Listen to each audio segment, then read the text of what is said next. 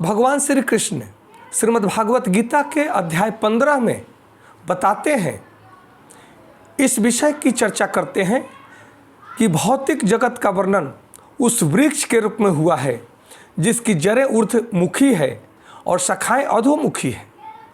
हमें ऐसे वृक्ष का अनुभव है जिसकी जड़ें ऊर्ध्वमुखी हों। यदि कोई नदी या जलाशय के किनारे खड़ा होकर के जल में वृक्षों का प्रतिबिंब देखे तो उसे सारे वृक्ष उल्टे दिखेंगे, शाखाएं नीचे की ओर और जड़ें ऊपर की ओर दिखेंगी। इसी प्रकार यह भौतिक जगत भी आध्यात्मिक जगत का प्रतिबिंब है। यह जगत वास्तविकता का प्रतिबिंब अर्थात छाया मात्र है। प्रतिबिंब में कोई वास्तविकता या सार नहीं होता, परंतु प्रतिबिंब से हम यह समझ लेते हैं कि वस्तु तथा वस्तु की वास्तविकता है।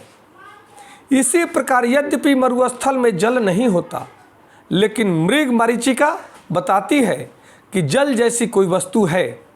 भौतिक जगत में न तो जल है न तो सुख है, परंतु आध्यात्मिक जगत में वास्तविक सुख रूपी असली जल है। इसलिए हमें इस वृक्ष से सीखने की आवश्यकता है।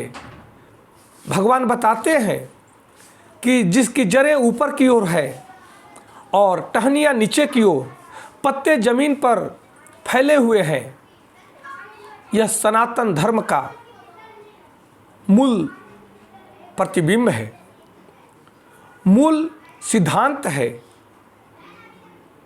कि अध्यात्म हमेशा ऊर्ध्वगामी होता है और उसी का प्रतिबिंब रूप में ये छाया चित्र है ये संसार, जिसमें सुख नाम का कोई चीज़ नहीं।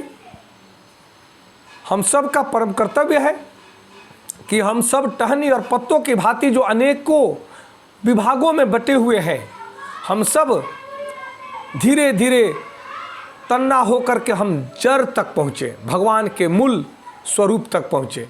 यही आध्यात्मिक सिद्धांत है। नमस्कार, धन्यवाद। जय श्री कृष्ण।